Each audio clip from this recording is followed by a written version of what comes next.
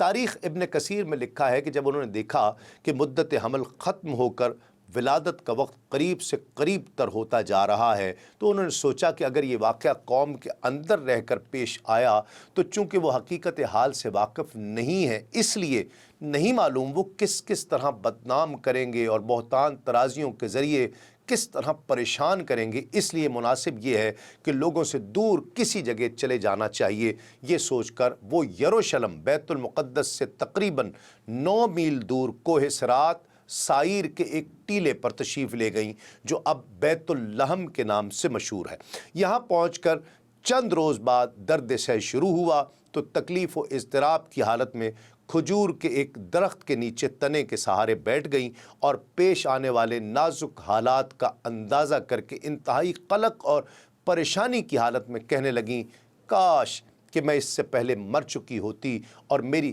ہستی کو لوگ یکا یک فراموش کر چکے ہوتے۔ تب نخلستان کے نشیب سے خدا کے فرشتے نے پھر پکارا، مریم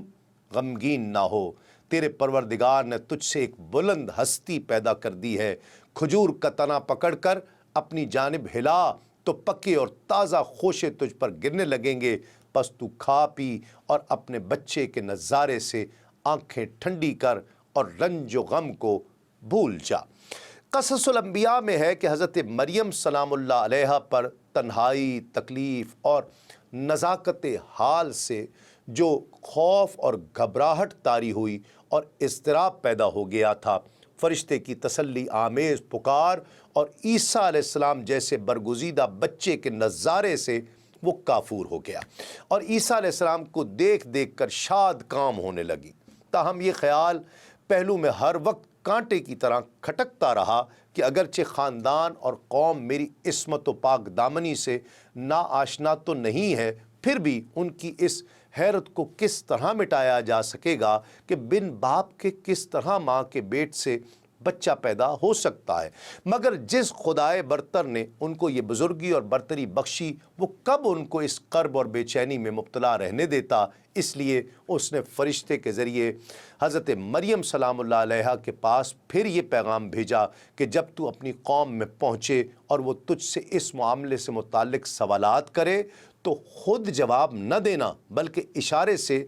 ان کو بتانا کہ میں تو روزہ دار ہوں اور اس لیے آج کسی سے بات نہیں کر سکتی، تم کو جو کچھ پوچھنا ہے اس بچے سے پوچھ لو۔ تب تیرا پروردگار اپنی قدرت کاملہ کا نشان ظاہر کر کے ان کی حیرت کو دور اور ان کے قلوب کو مطمئن کر دے گا۔